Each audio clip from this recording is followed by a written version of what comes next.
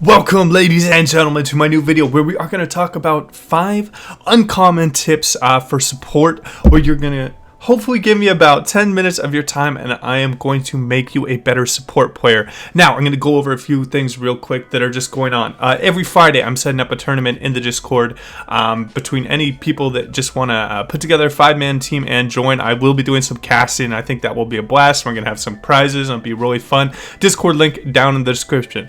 Also, I just set up a Patreon, so hopefully I can start doing this thing full-time on during the summer, and then also going to be offering coaching through that. So I'm going to put a link to that if any of that just kind of piques your interest. If you want to have a preferred spot on the custom games I put together where you're going to get in no matter what, you can become a Patreon at a certain level, and then there's coaching monthly and stuff like that. So make sure to check that out if that interests you. So with that out of the way, I am super excited to give you guys these tips because I know I have a huge support community, and yeah, let's just jump right into it. Now, I'm a little bit of an off-meta support player. I play kind of wonky things like Vel'Koz, Veigar, and just really weird stuff. So for tip number 1, what I want to talk about is looking and seeing at the enemy team comp, hey, this off-meta pick might be really good right here.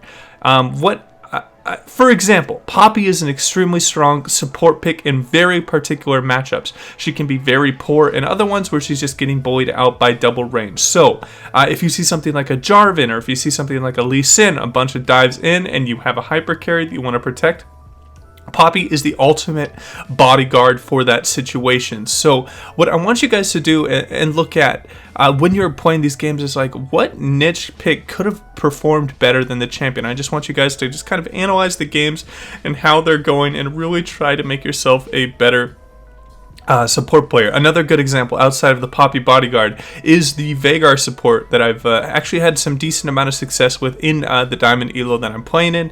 Is Veigar is really effective against supports that scale extremely, or that do not have any kind of lane presence. So things like Tom Kench, I love playing Veigar into because I just get a bunch of free stacks and a free lane phase.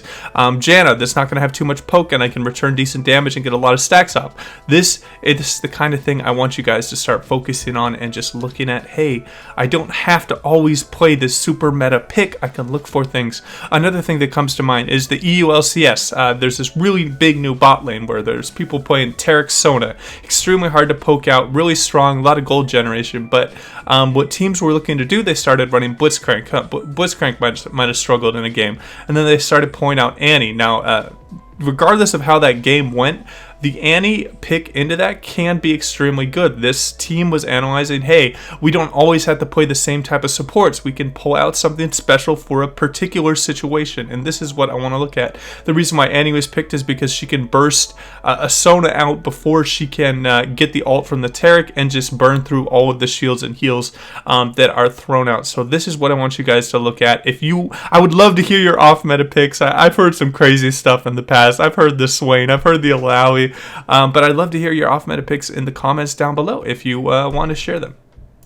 Alright, and let's get into tip number 2. Now, this is what I see. The reason why I picked Janna to display this tip, I think is the best way to start this out, is that she's the worst offender of it. The people that usually play Janna are going to be positioning themselves. A lot of the time, they are going to be behind their ally and just looking for the enemy to do some bursts and then shield them out. Maybe going up and throwing a W every once in a while when they feel like proccing their AP item. But what I really want you guys to start focusing on is being more aggressive in lane. You are not going to learn optimal trade patterns and how certain lanes go out from back here. You're not going to get better by just playing in the back, only doing your shield on cooldown and being such a passive a support. Particularly if you're looking to carry yourself out of low elo, you want to be as aggressive as possible.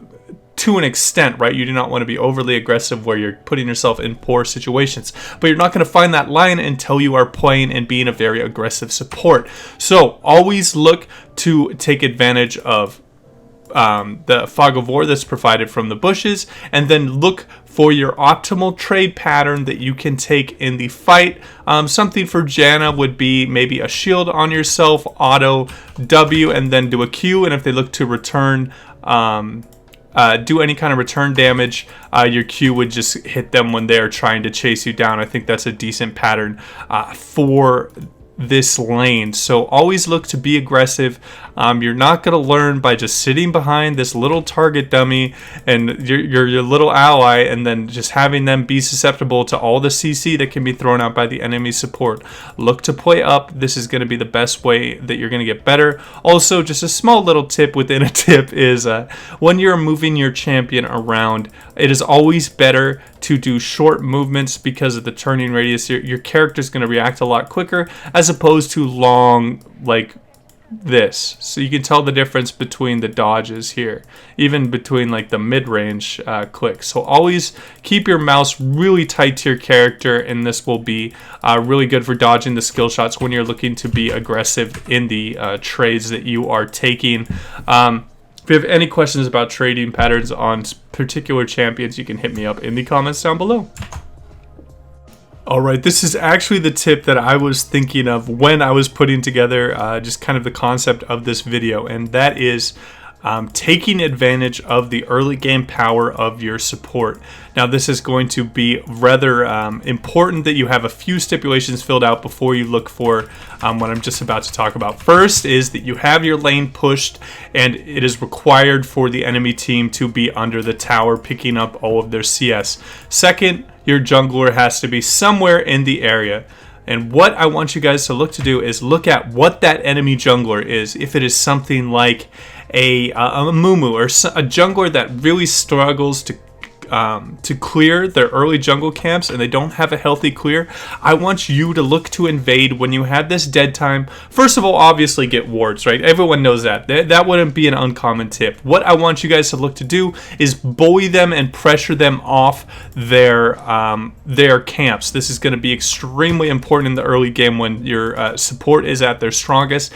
And what this is also going to do is a little bit weird, but your jungler is just going to start hating their bot lane because they're just letting their support player push you off a blue buff or a Gromp, which is just going to really screw up their pathing, and it's going to build a little bit of distrust between the two lanes, particularly in low elo where they don't understand anything about lane priority. Always, before looking to invade and bully junglers off of it, if it's like a Lee Sin, don't try and fight it. But if it's something that's like a Zac or in a Mumu that takes a lot of damage in the jungle, has a relatively slow clear,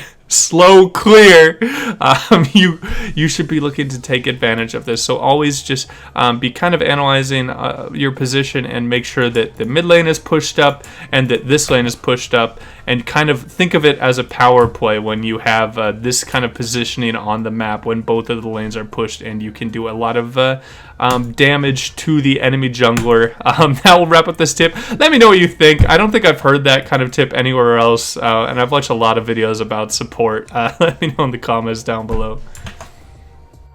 Alright, and let's jump into tip number 4. Now, with support champions, it is extremely important to understand that you have a lot of time where you don't have to focus on CS. You want to be looking to be controlling the objectives as much as possible, whether it's sweeping around, whether it's getting wards, just really obvious stuff that you should already know if you're a support player. But something I see a lot of the time, supports completely pass up the Scuttle Crab. The Scuttle Crab is an extremely big objective that you can take, particularly if you're something like Morgana that has a hard CC and you can do a lot of damage to a Scuttle very quickly. So do not pass these up. If your team is dead, say your team just threw at the dragon and you have nothing to do, maybe there's a little bit of CS mid you could take, it's going to be a lot more beneficial for your team if you grab the Scuttle control and just maybe get just some vision for your team and do it here. So always look to take Scuttles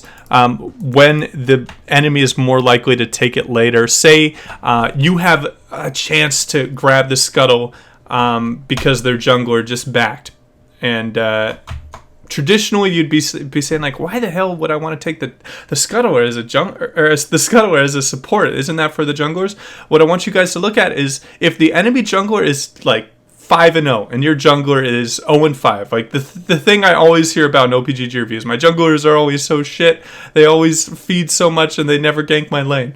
this is the time I want you guys to look to take Scuttle control for your team. This isn't just a jungle thing. This isn't only a jungle responsibility. This is a vision responsibility for your team to get as much control over the map as possible. I remember watching some pro play. I think it was a couple years back, right when the Scuttles were first introduced, and there was this moment where the Morgana would always go up and take the Scuttlers no matter what, because it cleared, it got a lot of vision, and it stopped a lot of the ganks from coming because it would give vision right here, and they had to use the blast cone to jump over. So really look at it as more an objective. Don't just be like, oh, the Scuttler isn't my job, I don't have to worry about it, particularly when you're in bronze, silver, and gold. I know I say that a lot, but the junglers are not going to have the best Scuttle control. Alright, and that will wrap up this tip. Alright, and for the final tip, I want to talk about just a really common scenario that you're going to see a lot in the game, and that is when you can really pull off some crazy things in team fights. This is we're just going to use Janna for an example, because she's just the chronic a support that doesn't do enough and just sits in the back and just looks to shield, maybe throw a little bit of heals on.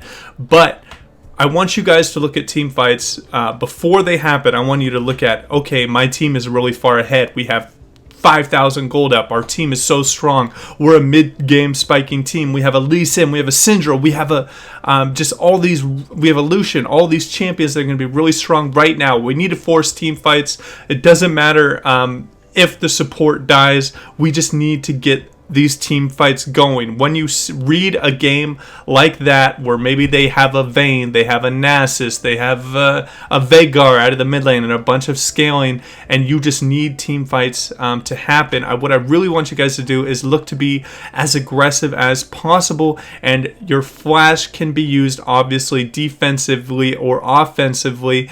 With Janna, I'm going to show you guys what you should be looking to do when you're extremely far ahead. You just want to look for engages, and if your team is a lot stronger. And this is particularly in a situation where you know your team is going to win the team fight no matter what. It's like you have like a 15-0 Master Yi.